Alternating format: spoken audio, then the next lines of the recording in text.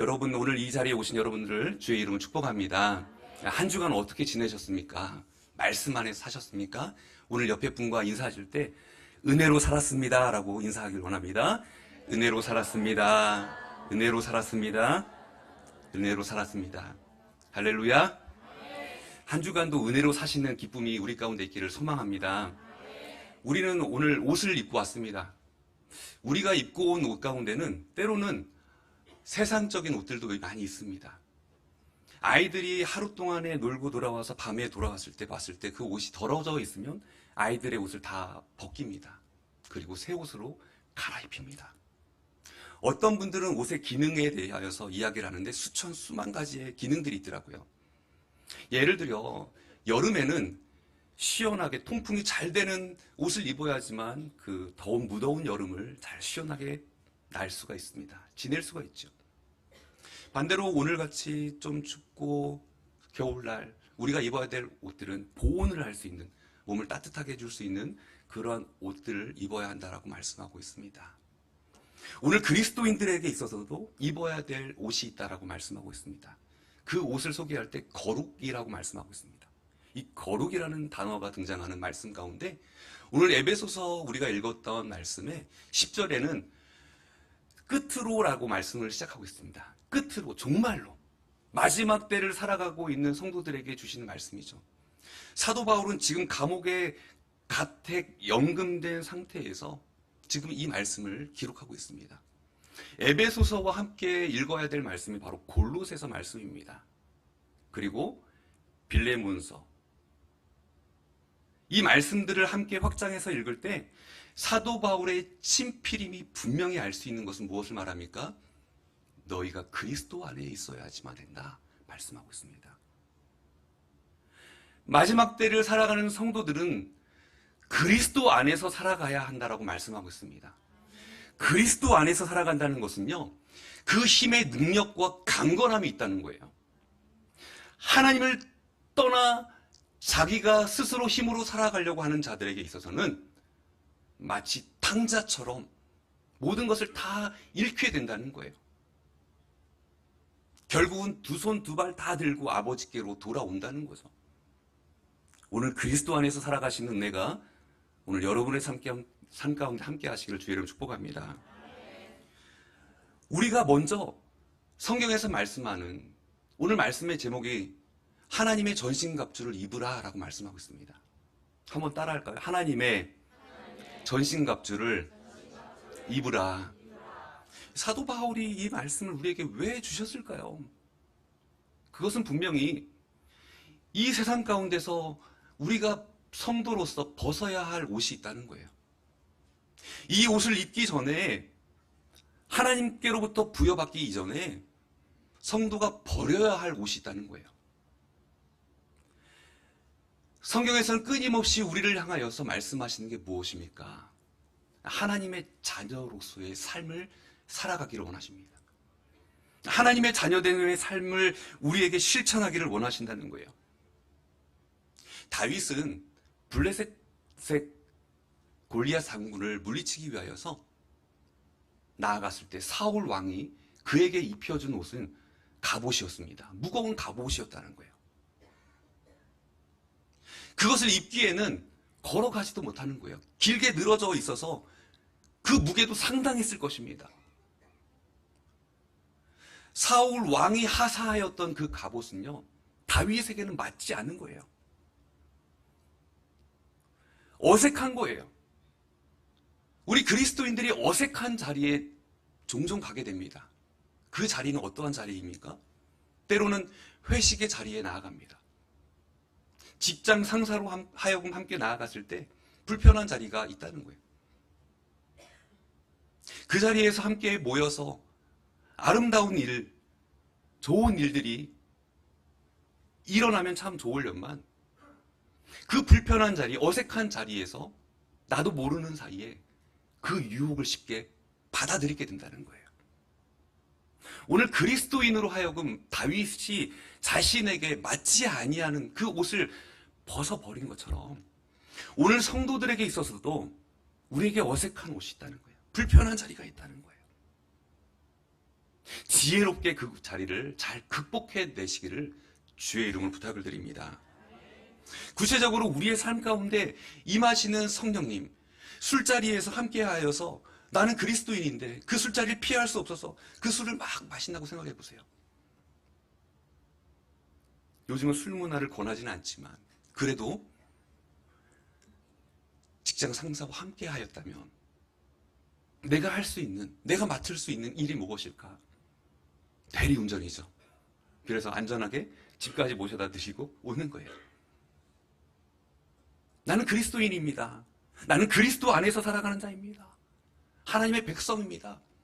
유혹의 손길이 찾아와요. 유혹의 물결이 엄습해와요. 그때마다 나는 그리스도인입니다. 끊임없이 죄의 유혹의 손길이 있다는 거예요. 학생들에게 있어서는 죄의 유혹이 무엇일까요? 인터넷 도박이라는 거예요. 이 청소년들 가운데서 인터넷 도박이 얼마나 심각한지요. 청소년들 가운데서도요, 한 번 인터넷 도박에 빠지게 되니까 이 1,000만 원 금방 사라지게 되더라고요.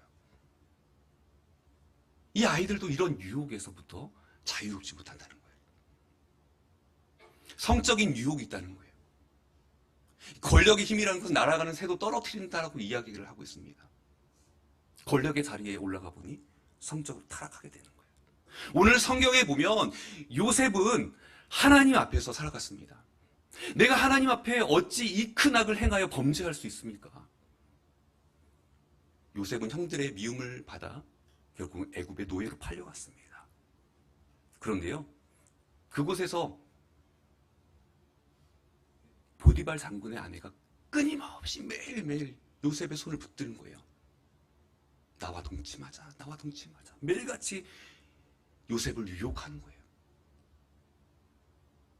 그러나 요셉은요, 그 보디발 장군의 그 아내였던 그 음란한 손길을 뿌리치고요, 자기가 입고 있던 그 옷을 벗고 도망갔다는 거예요. 억울하게 감옥살이를 하였지만 하나님께서는 그를 신원하여 주셨습니다. 하나님께서 인정해 주셨다는 거예요. 세상이 알아주지 않아도, 사람들이 나를 인정해 주지 않아도 하나님께서 인정해 주셨기 때문에 요셉은 행복했습니다. 감옥에 있어서도요, 그의 영혼을 가다둘 수는 없어요. 육체는 감옥에 가다두어도, 창살에 그냥 죽음의 수용소에 갇혀 있을지언정 그의 영혼은 자유롭다는 것입니다. 오늘 우리가 말씀 앞에서 우리가 나와서 하나님 앞에 믿음으로 나아갑니다. 가장 중요한 하나님의 그 손길이 어디에 있을까요? 죄의 자리에서, 그 연약한 자리에서 오직 살아계신 하나님을 바라보는 것입니다. 니느웨가 심판하리라 그 말씀을 듣고요, 왕이 자신의 왕복을 다 벗어버리는 거예요. 그리고 그 나라에 선포합니다. 금식을 선포합니다. 백성들과 짐승들에게도 아무것도 먹지 말라 이야기합니다. 물도 마시지 말아라. 왕은요, 어떻게 합니까? 자신이 왕복을 다 벗어버리고요, 굵은 베옷을 갈아입습니다. 굵은 베옷이라는 것은요, 참회를 하는, 회개한다는 뜻을 가지고 있습니다. 죄를 뒤집어 쓰고요, 나는 이 죄와 같습니다.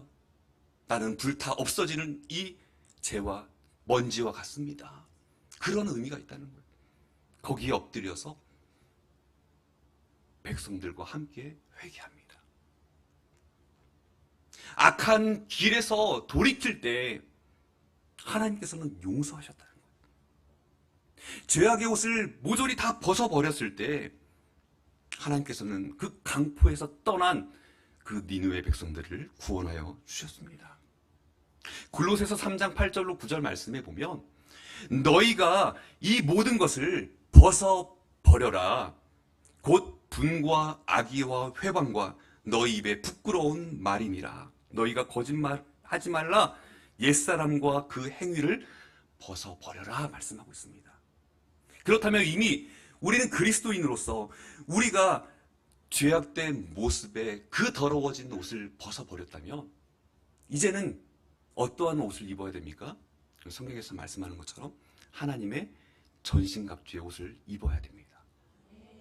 우리는 육체는 날로 날로 쇠해져요. 약해져요. 여러분, 우리가 언제까지 우리가 주의 일을 감당하는지 우리는 알 수 없어요. 걸어 다닐 수 있을 때 복음을 전하시기를 주의 이름 축복합니다. 찬송을 부를 수 있을 때 찬송을 부르세요. 말씀을 읽을 수 있을 때 말씀을 읽으세요. 기도할 수 있을 때 무릎 꿇고 기도하세요. 우리는 육체가 그렇게 길지 않다는 거예요. 우리의 연수가 70이요, 강건하면 80이다라고 말씀하십니다. 그러나 이 모든 것들 가운데서 주님의 일을 감당하는 저와 여러분의 삶 가운데 주님께서 부르시는 그 날까지 우리의 삶이 아름답게 주님 앞에 달아서 없어지기를 주의 이름으로 축복합니다. 이렇게 우리 교회 성도님들 보니까요, 참 하나님께서 너무 사랑하시는 우리 교회, 우리 선교제일교회임을 제가 깨닫습니다. 왜냐하면 우리는 새벽부터 저녁까지요, 성도님들께서 교회 문턱을 들어오세요. 들어오시고 나가시고 또 들어오시고 나가시고 또 들어오시고 나가시고, 중요한 것은요, 각자에게 맡은 사역을 성실하게 감당하신다는 거예요. 자기에게 맡겨진 귀한 하나님 앞에 직분들을 성실하게 감당해 내신다는 거예요. 어떤 분은 주방에서, 어떤 분은 봉사의 현장에서, 교육관에서, 성전에서, 때로는 사람이 보이지 않는 가운데 화장실에서도 깨끗하게 자기에게 맡겨진 직무들을 감당하신다는 거예요. 이게 얼마나 귀하고 놀라운 일입니까? 누군가가 억지로 시켜서 떠밀려서 하는 게 아니라 하나님께서 주시는 은혜로 말미암아 자원하는 마음, 기쁜 마음으로 귀한 사역들을 감당하신다는 거예요. 이 목사가 어떻게 할까요? 목양실에서 새벽 예배 마치면 집에 가질 않습니다. 그곳에서 있어서 저녁 늦게까지 그곳에 있는 거예요. 간단하게 목양실 안에서 요기를 해결하고, 저녁 늦게 가니까 우리 사모가 그런 얘기 하더라고요. 목사님, 얼굴 좀 봅시다. 얼굴 한번 딱 비춰지는 거예요. 짠 하고요, 얼굴 보여지는 거예요. 근데 여기 있어 보니까요, 찬양 연습하러 오고요, 또 청소하시고, 또 귀한 사명을 감당하기 위해 기도하시고, 성도님들의 그 아름다운 그 헌신의 모습을 바라볼 수 있는 거예요. 예배를 위해서 중보하는 그 손길들이 얼마나 귀한지, 너무나 복된 거예요. 제가 보기에도 너무나 귀하고 아름다운데 하물며 하나님께서는 얼마나 소중하게 보시겠습니까? 사랑하는 성도님 여러분, 주님의 나라를 위해서 아름답게 귀하게 헌신하시는 저와 여러분 되시기를 주의 이름으로 축복합니다. 우리가 그리스도의 좋은 일꾼, 좋은 군사가 되기 위해서는요, 하나님의 전신갑주를 입어라 말씀하시는 거예요. 이 하나님의 전신갑주가 무엇입니까? 당시에 로마의 군인들이 입었던 옷을 생각해 보면 됩니다. 그들은요, 투구와 검과 창과 방패를 가지고 군화를 신고 전쟁에 임하였다는 거예요. 대략 그들이 무게가 얼마만큼 나갔는지 알 수는 없지만 짐작하기로는 아마 50kg 이상의 그 무게를 가지고 나아갔을 것이다 이야기합니다. 그 완전 무장한 그 모습들, 군장하고 있는 그 모습들을 바라봤을 때 오늘 그리스도인들 역시 완전 무장해야 한다고 말씀합니다.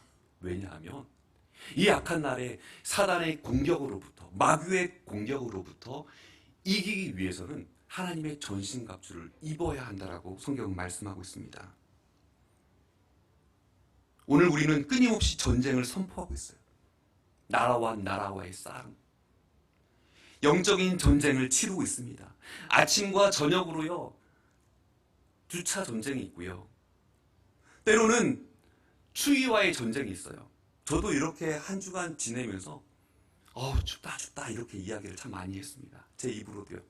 그런데 여러분, 조금 더 추워지고 더 추워지면 어떻게 합니까? 우리 교회는 없군요. 그런군요. 추워 죽겠네, 추워 죽겠네 하세요. 조금만 더우면 어떻게 해요? 더워 죽겠네, 더워 죽겠네. 그런데요, 죽게 있네라는 거예요.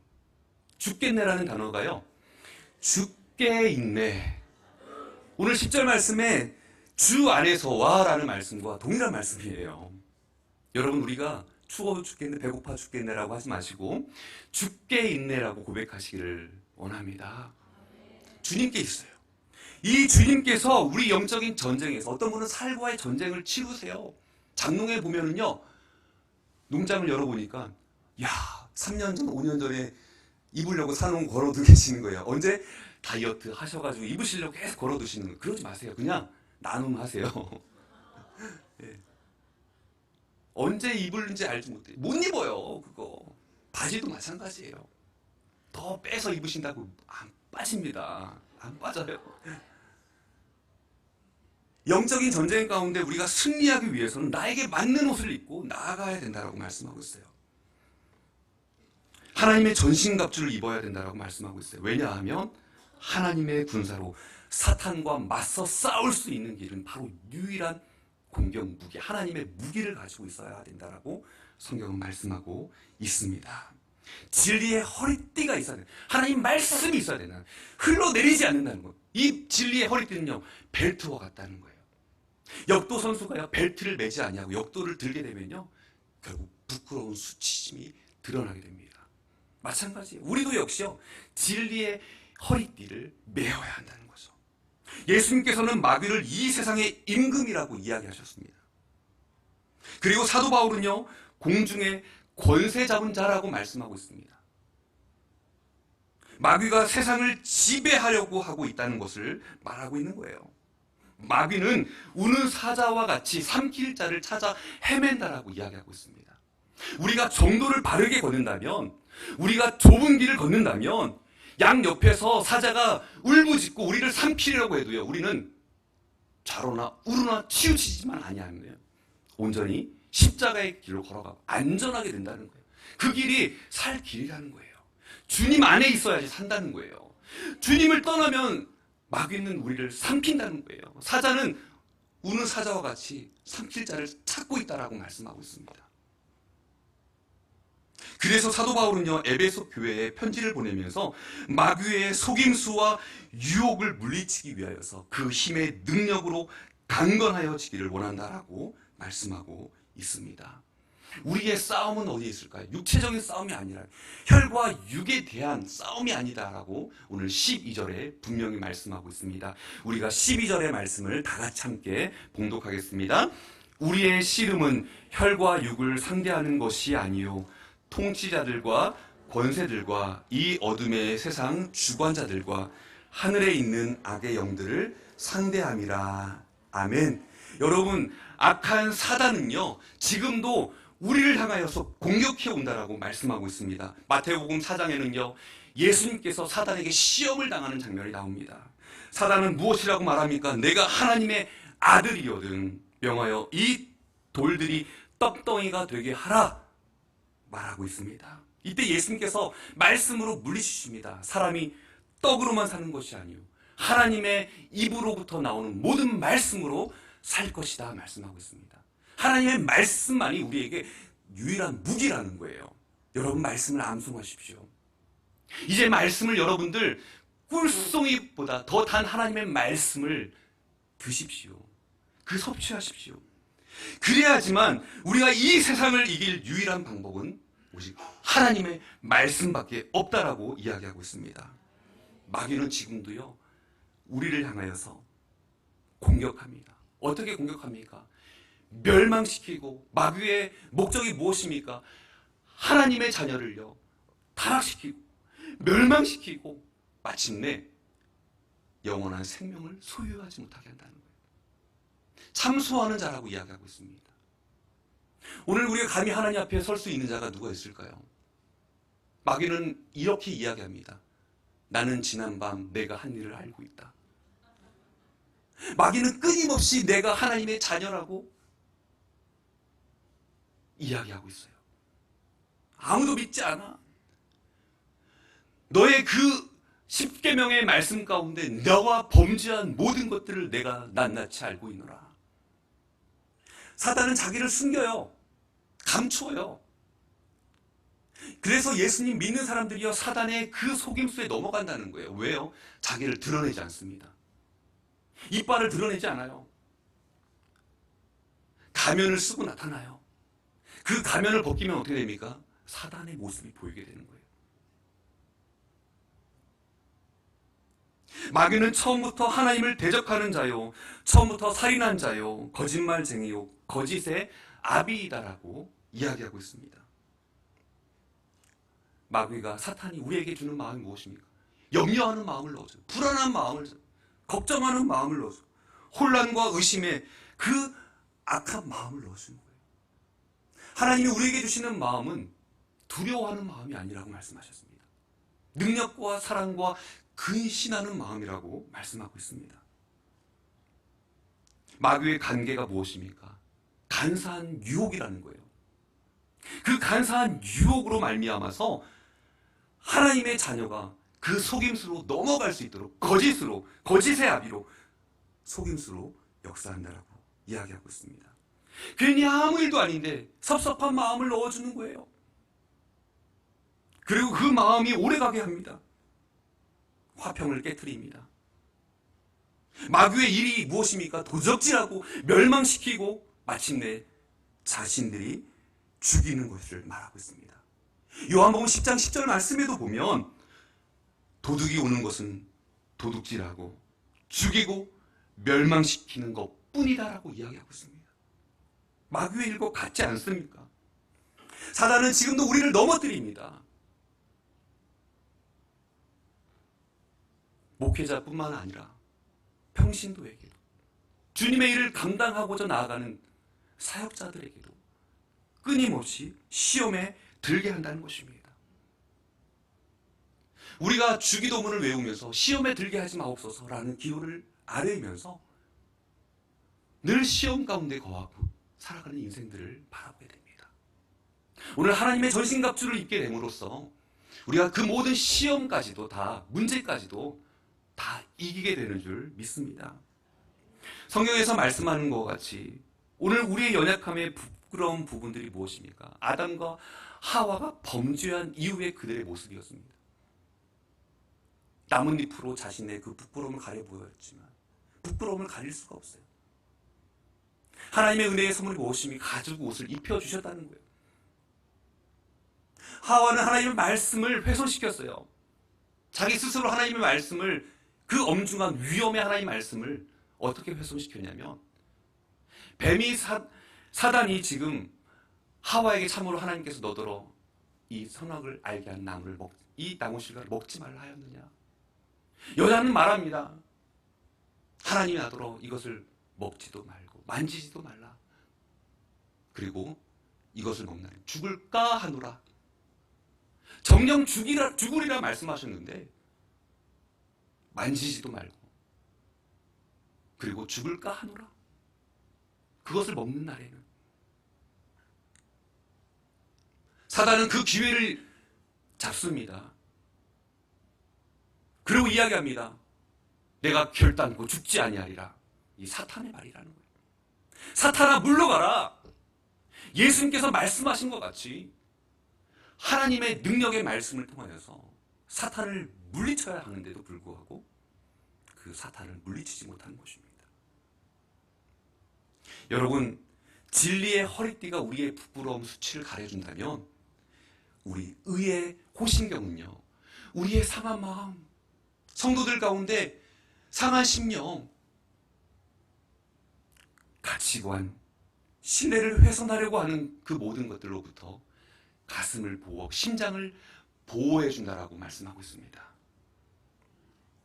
의와 순결을 상징하는 그 방어하는 이 호신경은요, 우리의 연약함을 날마다 짊어지시는 그 주님께서 우리의 성도들의 그 마음을 보호해 주고 계시겠다라고 약속하여 주셨습니다. 그렇다면 오늘 평안의 복음에 예비한 신은 무엇입니까? 바로 군화와 같다라고 말씀하고 있습니다. 군화. 오늘 성도들이 복음의 말씀을, 진리의 말씀을, 하나님의 약속과 능력을 가지고 믿음의 삶을 실천하라 말씀하고 있습니다. 우리 교회가 해야 될 사명 가운데 이 선교와 전도의 사명을 우리가 감당해야 된다라고 말씀하고 있습니다. 그렇다면 오늘 이 평안의 복음의 신을 신고 믿음의 방패를 가져라 라고 말씀하십니다. 이 믿음의 방패는 무엇입니까? 디아볼로스, 마귀가, 사탄이 우리에게 끊임없이 쏘아 올리는 그 불화살을 막을 수 있는 방패를 말하고 있습니다. 악한 사단의 공격을 막을 수 있는 유일한 방어는요, 바로 방패라는 거예요. 우리 성도들이 취해야 될 것입니다. 사탄은 지금도 우리에게 끊임없이 불화살을 던지고 있습니다. 염려라는 불화살을 던집니다. 두려움이라는 그 불화살을 던집니다. 의심과 혼란이라는 불화살을 던지고 있습니다. 끊임없이 우리를 향하여서 사단의 공격이 있다는 것입니다. 구원의 투구는 무엇을 말씀하고 있습니까? 성도의 구원을 보장해 주시겠다 말씀하십니다. 우리 성도는요, 어느 순간에도 어떠한 상황 속에서도요, 하나님께서 나와 함께 하신다라는 그 은혜를 날마다 체험해야 합니다. 여러분, 서문학교의 그 폴리갑 사도가요, 자신이 하나님 앞에서의 그 믿음을, 의를 어떻게 나타낼 수 있었습니까? 그는 86세에 순교를 당하였습니다. 하나님께서 나를 지금까지 보존하시고 나를 이렇게 지켜주셨는데 내가 어찌 그 순교의 자리를 마다하리요? 그냥 주님을 모른다라고 이야기하면 내가 너를 살려주겠노라 황제는 이야기했지만 이 폴리갑 사도는 자신이 그렇게 이야기하지 않습니다. 오히려 더 극렬한 불에서 사드락, 메삭, 아벳느고가 그리 아니하실지라도의 그 하나님을 찬송한 것처럼 순교하면서까지 자신의 몸을 불태우면서 희생하면서 칼에 찔리면서까지 주님을 증거하는 삶을 살았다는 것입니다. 그게 바로 성령의 충만한 능력으로 하나님의 전신갑주를 입은 자가 할 수 있는 일입니다. 하나님의 말씀을 우리의 삶의 목표로 삼으시기 바랍니다. 하나님의 영으로 강건하시기 바랍니다. 우리가 육체를 강건케 하기 위하여서 때로는 열심히 운동을 합니다. 뭐 처음에는 10kg, 그 다음 20kg, 30kg. 그런데 30kg 들지 못하는 분이요, 처음부터 10kg짜리를 시작해야 되는데 30kg를 들면요, 병들어요. 쓰러집니다. 육체의 연습도 마찬가지입니다. 영으로 강건케 하기 위해서는요, 어떻게 해야 됩니까? 하나님 앞에 기도해야 한다는, 기도로 나아가야 한다는, 기도하지 아니하면요, 이 모든 일들을 감당할 수 없다라고 말씀하고 있습니다. 하나님의 말씀, 마지막 성령의 검을 소유하시기 바랍니다. 하나님의 말씀이 성령의 검을 소유할 때 하나님께서는 우리의 기쁨과 즐거움을 주십니다. 환난도 예수님께서 말씀하지 않습니까? 누가 오른편 뺨을 때리면 왼편 뺨도 대라. 누가 억지로 오리를 걷자고 하면 십리를 동행해라. 누가 속옷을 달라고 하면 겉옷까지 내어주어라 말씀하지 않았습니까? 근데 우리 그리스도인들은요, 성령의 충만함으로, 말씀 충만함으로 이러한 일들을 감당하게 되는 줄 믿습니다. 우리 가끔씩 이렇게 운전을 하다 보면요, 좀 어려운 일들을 참 많이 만나게 돼요. 뭐냐 하면, 저도 역시 이렇게 운전을 하다 보면 이렇게 좀 가다가 어떤 일이 생기게 되냐면, 갑자기 차가 앞에 확 끼어드는 순간도 있고요, 또 때로는 갑자기 차가 뒤에서 클락션을 막 울릴 때가 있어요. 저 이제 차가, 앞에 차가 지금 못 가고 있는데 저를 향해서 막 클락션을 막 빵빵빵 급한 마음으로 계속 누르시는 거예요. 그래서 제가 못 간다라고 이렇게 표시를 해줘요. 못 갑니다 지금. 근데 제가 이제 초보인 줄 아는 거예요. 저는 이제 20살 때 운전을 시작했거든요. 그래서 한 28년 이상 지금 운전을 하지 않았습니까? 그런데 그 뒤에서 분은 계속 클락션 울리는 거예요. 빵빵빵. 그리고 창문을 내리고 막 욕을 하시는 거예요, 저한테. 앞에 분명히 그 다른 오토바이 차 때문에 못 간 건데 막 욕을 하시는 거예요. 그럼 저도 똑같이 창문을 내리고 같이 욕을 해줘야 되는 거 아닙니까? 그죠? 이게 일반적인 한식 아닙니까? 목사인데요. 그렇죠? 예. 다행히 그때는 이제 목사 스톨 이런 걸 착용 안 했기 때문에 목사님 성직자라는 걸 모르잖아요. 제가요. 성직자 다움을 모르잖아요. 항상 늘 스톨을 메고 이렇게 안 다니니까. 그런데 그 순간에도 거친 말이 막 나올 것 같지만 그래도 죄송합니다 하면 돼요. 한마디 하면 끝나요. 그런데 거기에 대해서 맞장구를 치면서 그래 네 말이 맞다 내 말도 맞다 하면서 이제 숫자가 오고 가면 이제 난리가 나는 거예요. 이제는요. 예. 우리의 감정도 마찬가지예요. 누군가가 나에게 감정을 툭 건들게 되면요. 뭐가 나가요? 이는 이로 눈은 눈으로 그런 말씀이 아닌데도 불구하고 소중한 너의 몸이 소중하냐 상대의 몸 더 소중하다라는 그 말씀 주셨음에도 불구하고 그래 나도 똑같이 해야지 똑같이 갚아줘야지 그 말씀을 율법의 말씀 주신 게 아닌데도 불구하고 똑같이 응한다는 거예요. 하나님의 전신갑주를 입은 사람은요 아무리 옆에서 나를 힘들게 공격한다 할지라도 우리의 입술에서 거친 말이 흘러나오는 것이 아니라 사랑의 말이, 사랑의 언어가 흘러나와야 된다는 것입니다. 감사의 말입니다. 그것은 용서의 말입니다. 그것은 그래, 내가 다 안다. 용납의 말입니다. 사랑하는 성도 여러분, 시골에 가면요, 이게 땅콩과 고구마를 이렇게 캘 수 있는 그런 기회들이 종종 있지 않습니까? 가을 들녘에 나가보면요. 저도 역시 땅콩과 이 고구마들을 이렇게 캐 올립니다. 그러면 거기에 줄기에 할아버지, 할머니 고구마, 아빠, 엄마 고구마, 자녀들, 새끼의 손주들까지 막 줄줄줄줄 타고 올라와요. 고구마 크기가요. 할아버지, 할머니니까 당연히 왕고구마. 그리고 손주들 고구마는 쬐까만 고구마, 그죠? 귀여운 고구마들. 한 손에 딱 잡을 수 있을 만큼의 앙증맞은 고구마들이 올라와요. 그걸 보면서 무엇을 생각하냐면 이 말씀이라는 이 말씀의 은혜가 임하게 되면요. 이 고구마 줄기가 계속 올라오듯이 아무도 아멘을 안 하시는데 이 고구마 줄기가 땅콩 줄기가 올라오듯이 말씀 가운데 풍성함을 주신다는 거예요. 채운다는 거예요. 여러분 우리의 삶 가운데 누군가 뚝 치면 말씀이 나오기를 원합니다. 우리 자판기가 있지 않습니까? 자판기를 뚝 치면 뭐가 나와요? 맛있는 커피가 나옵니다. 자판기를 뚝 치면 뭐가 나와요? 맛있는 코코아가 나옵니다. 얼마나 좋은지 몰라요. 돈을 내고 드셔야 되잖아요. 그래서 우리가 행복합니다. 하나님의 말씀의 체질화가 되면 우리의 삶 가운데 놀라운 주님의 은혜와 역사가 나타나게 된다는 거예요. 여러분 우리 가정 속에서도요. 자녀들을 위해서 기도하십시오. 자녀들이 머리 출타 중에 있을 때도 기도하십시오. 그 아이의 머리에 손을 얹은 것과 같이 기도하십시오. 하나님, 이 아이들이 하나님의 전신갑주를 입게 하여 주시옵소서. 하나님 세상에서 승자로 살게 하여 주시옵소서. 자녀들을 위해서 머리에 손을 얹고 기도하시는 저와 여러분 되시기를 주의 이름으로 축복합니다.